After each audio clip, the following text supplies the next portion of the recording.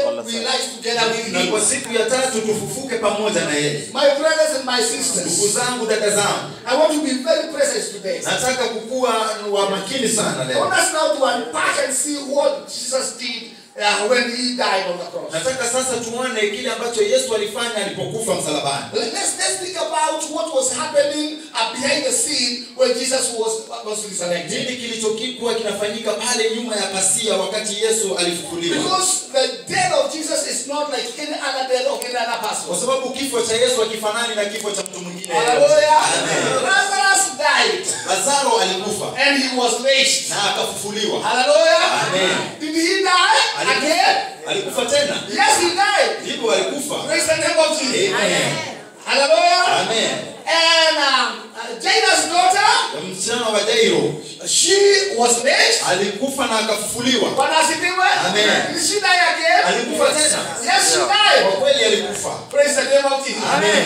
It's only Jesus Ni Yesu tu who died. mwenye alikufa He was raised. akafufuliwa And today he is living. na leo bado yuaishi. We don't have any other person in heaven and even on earth. Hakuna mwingine duniani na mbinguni. Hallelujah. Amen. Bwana Yesu asifiwe. Amen. Elijah did not die. Elijah hakukufa. He was taken by God. Yeye alichukuliwa na Mungu. So there's no miracle of being taken. Kwa hivyo hakuna miujiza ya kuchukuliwa. Bwana asifiwe. Amen. But we have only one man Lakini tuko na mtu mmoja whose tu death is so significant ambaye kifo chake ni cha maana that sana. his death cannot be compared to any other person's death. Kifo chake hakiwezi kulinganishwa na cha mtu mwingine yeyote. When he died, Alipokufa, Bwana Yesu asifiwe. Amen. You know all the people who have been raised. mnajua wale wengine wote walifufuliwa. None of those people Hakuna mmoja who rose from death ambaye alifufuka kutoka kifo without somebody declaring or commanding them to rise. bila kukuwe na mtu ambaye atasema wafufuke.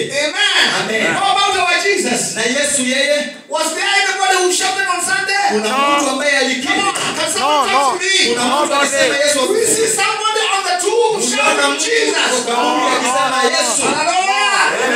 Dorcas, the Bible says Peter climbed on one of the stone building. Dorokasi, Peter alisimama moja kwa gorofa. And when he was there, he shouted, Tabitha! Na akasimama pale akasema Tabitha. And Tabitha rose. Na Tabitha akasimama. Lazarus! Lazaro. Jesus stood on the entrance of the tomb. Yesu akasimama pale katika kiingilio cha He kaburi. shouted, Na Lazarus! akasema Lazaro. And Lazarus could hear. Na Lazaro angesikia. And so many Na others. wengine wote. How about Na Jesus? Yesu je? Bwana asifiwe.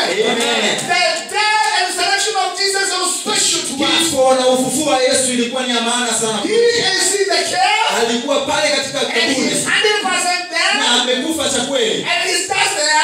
Na ako pale tu. No angel is coming to raise him up. Hakuna malaika anakuja kumfufua. Hallelujah. Amen. He is there. Amekufa. But in him, Lakini ndani yake, no, he is there. hata kama He amekufa, has the power hakuna nguvu to raise himself up. kujifufua yeye mwenyewe. Bwana asifiwe. Amen. That is not something that you can take it see. I mean, secret. Sio kitu unaweza chukua kwa urahisi. Mbona ni akwenda?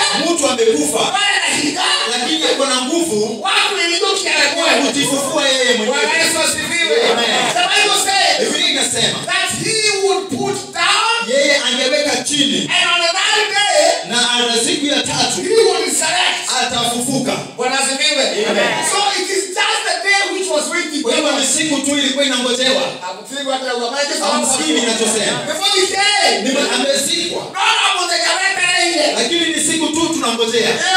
Amen. And that's what? Na ujue hivi, It was the beginning of the day ilikuwa ni ile siku because it was very early on Sunday. kwa sababu ilikuwa ni asubuhi sana So when Jumapili. that day struck, Kwa hivyo ile siku ilipofika, Bwana asifiwe. Amen. Siku ilijua siku ilijua ya kwamba someone has to be that someone has to be risen. Hallelujah. Amen. Nitawaambia vipi msikie kwamba kifo cha Yesu akiwa cha mchezo. Amen. Amen. Paul said in the book of Colossians, Paulo alisema katika Wakolosai 2nd and verse is number 14. sura ya 2:14. I want now to take you to what Jesus what was happening on the cross. Nataka kuwajulisha kile kilichokuwa kinafanyika pale I want to msalabani. thank God because of my brother Paul. Nataka kumshukuru Paulo sana. He is